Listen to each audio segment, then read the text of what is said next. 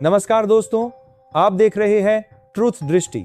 जरा कल्पना कीजिए, अगर दुनिया का सबसे ताकतवर देश किसी फैसले से पूरी दुनिया को झुका सकता है, तो क्या कोई ऐसा भी देश हो सकता है जो उसी फैसले को बिना टकराव के चुपचाप बेअसर कर दे और उल्टा उसी के ऊपर भारी पड़ जाए।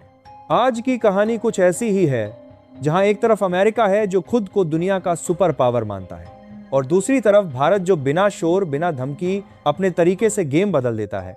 मिडिल ईस्ट में बढ़ते तनाव के बीच हाल ही में एक खबर सामने आती है, ऐसी खबर जिसने इंटरनेशनल मार्केट, एनर्जी सेक्टर और पॉलिटिकल गलियारों तक हलचल मचा दी। खबर यह है कि भारत ने करीब 7 साल बाद फिर से ईरान से तेल और गैस खरीद ली है, और सबसे चौंकाने वाली बात, इसका पेमेंट भी बिना किसी रुकावट के पूरा हो गया। अब जरा सोचिए, जब अमेरिका ने साफ शब्दों में चेतावनी दी थी कि जो भी देश ईरान से तेल खरीदेगा उसे भारी प्रतिबंधों का सामना करना पड़ेगा, तो फिर भारत ने यह कदम कैसे उठा लिया? क्या अमेरिका को इसकी भनक नहीं लगी, या फिर भारत ने ऐसा कोई मास्टर प्लान तैयार किया जो पूरी दुनिया की नजरों से बचा रहा? इन सवालों के जवाब समझने के लिए हमें इस कहानी की जड़ तक जाना होगा, उस दौर में जब भारत और ईरान के रिश्ते सिर्फ आज के नहीं थे, बल्कि इतिहास में गहराई तक जुड़े हुए थे। दरअसल भारत और ईरान का संबंध सिर्फ कूटनीति या व्यापार तक सीमित नहीं रहा। यह रिश्ता उस समय से बना हुआ है जब समुद्री रास्तों से व्यापार हुआ करता था। मसाले, कपड़े, कीमती धातुएं, इन सबके जरिए दोनों देशों के बीच एक मजबूत भरोसा और कनेक्शन बना, जो समय के साथ और गहरा होता चला गया। फिर आया आधुनिक दौर, जब भारत तेजी से बढ़ती अर्थव्यवस्था के साथ अपनी ऊर्जा जरूरतों को पूरा करने के लिए नए विकल्प तलाश रहा था, और यहीं पर ईरान बना भारत का सबसे अहम साथी। भौगोलिक रूप से करीब सीधा समुद्री कनेक्शन, कम ट्रांसपोर्ट लागत, और सबसे बड़ी बात, दूसरे देशों के मुकाबले सस्ता तेल। यही वजह थी कि भारत के लिए ईरान सिर्फ एक तेल सप्लायर नहीं, बल्कि एक स्ट्रेटेजिक एनर्जी पार्टनर बन गया। साल 2000 के बाद तो ये रिश्ता और मजबूत होता चला गया। भारत हर साल बड़ी मात्रा में ईरान से कच्चा तेल खरीदने लगा, और धीरे धीरे ईरान भारत के लिए टॉप सप्लायर्स में शामिल हो गया। एक समय ऐसा भी आया जब भारत के कुल तेल आयात का बड़ा हिस्सा ईरान से आने लगा था। लेकिन हर मजबूत रिश्ते की परीक्षा होती है, और इस कहानी में वो परीक्षा आई जब दुनिया की राजनीति ने एंट्री ली।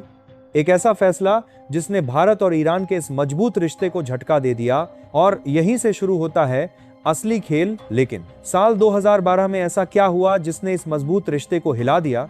यहीं से एंट्री होती है दुनिया की सबसे बड़ी ताकत अमेरिका की। दरअसल ईरान के न्यूक्लियर प्रोग्राम को लेकर अमेरिका और यूरोपीय देशों ने उस पर सख्त आर्थिक प्रतिबंध लगा दिए। ये सिर्फ साधारण प्रतिबंध नहीं थे, बल्कि ऐसे नियम थे जिनका असर पूरी दुनिया पर पड़ना तय था। अब मुश्किल भारत के सामने थी, क्योंकि एक तरफ था उसका भरोसेमंद और सस्ता तेल देने वाला पार्टनर ईरान, और दूसरी तरफ था अमेरिका का दबाव, जो साफ कह रहा था, या तो हमारे साथ चलो या फिर नतीजे भुगतो। शुरुआत में भारत ने संतुलन बनाने की कोशिश की, तेल की मात्रा थोड़ी कम की, लेकिन खरीद पूरी तरह बंद नहीं की। भारत ने यहां भी अपनी समझदारी दिखाई। कुछ पेमेंट रुपए में किया, कुछ लेन देन थर्ड पार्टी चैनल के जरिए, यानी भारत ने सिस्टम के अंदर रहकर भी अपने हितों को बचाने की कोशिश की। लेकिन असली झटका तब लगा जब 2018 में डोनाल्ड ट्रंप की सरकार ने ईरान पर और भी कड़े प्रतिबंध लगा दिए। इस बार अमेरिका का रुख बिल्कुल साफ था, जो भी देश ईरान से तेल खरीदेगा उस पर भी सख्त कार्रवाई होगी।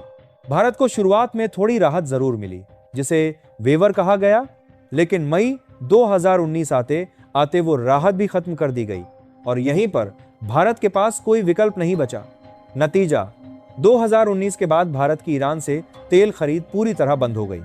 सोचिए, जो देश कभी भारत का टॉप सप्लायर था, वो अचानक जीरो पर आ गया। अब भारत के सामने दोहरी चुनौती थी।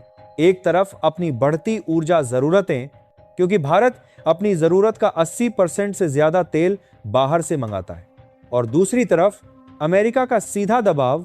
अगर नियम तोड़े तो डॉलर ट्रांजैक्शन सिस्टम और स्विफ्ट नेटवर्क से बाहर किए जाने का खतरा। यानी अगर ऐसा होता तो सिर्फ तेल नहीं, पूरी भारतीय अर्थव्यवस्था पर असर पड़ सकता था। मजबूरी में भारत को अपने रास्ते बदलने पड़े। इराक, सऊदी अरब, यूएई, यहां तक कि अमेरिका से भी तेल खरीदना शुरू किया गया। लेकिन यहां एक बड़ा नुकसान हुआ। जो तेल ईरान से सस्ते में मिलता था वो अब महंगे दामों में लेना पड़ा। ऊपर से लंबा रूट, ज्यादा ट्रांसपोर्ट खर्च, यानी हर तरफ से दबाव ही दबाव। लेकिन यहीं पर भारत ने सिर्फ समझौता नहीं किया, बल्कि चुपचाप एक नई रणनीति बनानी शुरू कर दी। एक ऐसी रणनीति जो सीधे टकराव से नहीं बल्कि सिस्टम को ही बदलने पर आधारित थी। रुपए में व्यापार की संभावनाएं, नए ट्रांसपोर्ट कॉरिडोर और ऐसे प्रोजेक्ट्स जो अमेरिका के दबाव को धीरे धीरे कमजोर कर दें। बाहर से सब कुछ शांत दिख रहा था, लेकिन अंदर ही अंदर एक बड़ा गेम प्लान तैयार हो रहा था। और फिर जैसे ही दुनिया का ध्यान मिडिल ईस्ट के नए तनाव की तरफ गया, भारत ने चाल चल दी। और फिर वही हुआ जिसका किसी को अंदाजा तक नहीं था। मिडिल ईस्ट में बढ़ते तनाव के बीच जब पूरी दुनिया सप्लाई चेन को लेकर चिंतित थी, तभी भारत ने चुपचाप अपनी चाल चल दी।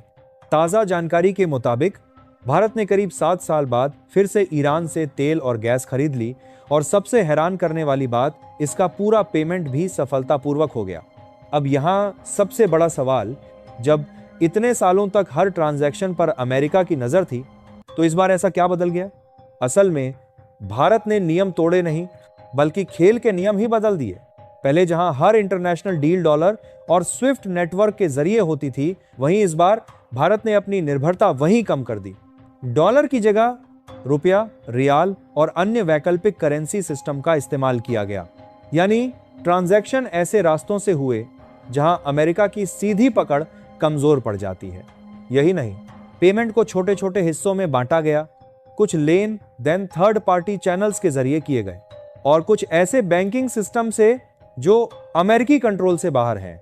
यानी कागजों पर सब कुछ नियमों के अंदर, लेकिन असल में वही काम जिस पर प्रतिबंध लगे थे। अब अगर डिटेल में जाएं तो ये कोई छोटा सौदा नहीं था। रिपोर्ट्स के मुताबिक भारत की बड़ी कंपनी रिलायंस इंडस्ट्रीज ने करीब 50 लाख बैरल ईरानी क्रूड ऑयल का सौदा किया। वहीं एक बड़ा ऑयल टैंकर लगभग 6 लाख बैरल तेल लेकर भारत की ओर बढ़ा, जो गुजरात के तट तक पहुंचा। इतना ही नहीं, गैस सेक्टर में भी बड़ा कदम उठाया गया। करीब 44 मीट्रिक टन एलपीजी यानी लिक्विफाइड पेट्रोलियम गैस ईरान से मंगाई गई, जो कर्नाटक के मंगलोर पोर्ट पर उतारी गई। और सबसे दिलचस्प बात, ये पूरा ऑपरेशन सिर्फ एक रूट से नहीं हुआ। कुछ जहाज सीधे भारत पहुंचे, तो कुछ ने अपना रास्ता बदलकर रूट होकर भारत की ओर रुख किया। कई मामलों में तो ऐसा भी देखा गया कि जहाज पहले किसी और देश के लिए निकले थे, लेकिन बाद में भारत की ओर मोड़ दिए गए। यानी हर कदम पर एक सोच समझकर बनाई गई रणनीति साफ नजर आती है। अब इसका मतलब क्या है? इसका मतलब यह है कि भारत अब सिर्फ नियम मानने वाला देश नहीं रहा, बल्कि वो अपने हितों के हिसाब से ग्लोबल सिस्टम को समझकर उसमें अपनी जगह बना रहा है। ये सिर्फ तेल खरीदने की कहानी नहीं है, ये कहानी है आर्थिक आजादी, रणनीतिक सोच और बदलते भारत की। अब देखना यह होगा कि अमेरिका इस पर क्या प्रतिक्रिया देता है, और क्या आने वाले समय में और देश भी इसी रास्ते पर चलेंगे। लेकिन एक बात तो साफ है, भारत ने बिना शोर मचाए एक बहुत बड़ा मैसेज दे दिया है। आप इस पूरे मामले को कैसे देखते हैं? क्या ये भारत का मास्टर स्ट्रोक है या एक बड़ा जोखिम? अपनी राय कमेंट में जरूर बताइए। और अगर वीडियो पसंद आया हो तो वीडियो को एक लाइक जरूर करें। यह आपके लिए 1 सेकंड का काम है, लेकिन इससे हमारी बहुत बड़ी मदद होती है। जय हिंद, जय भारत।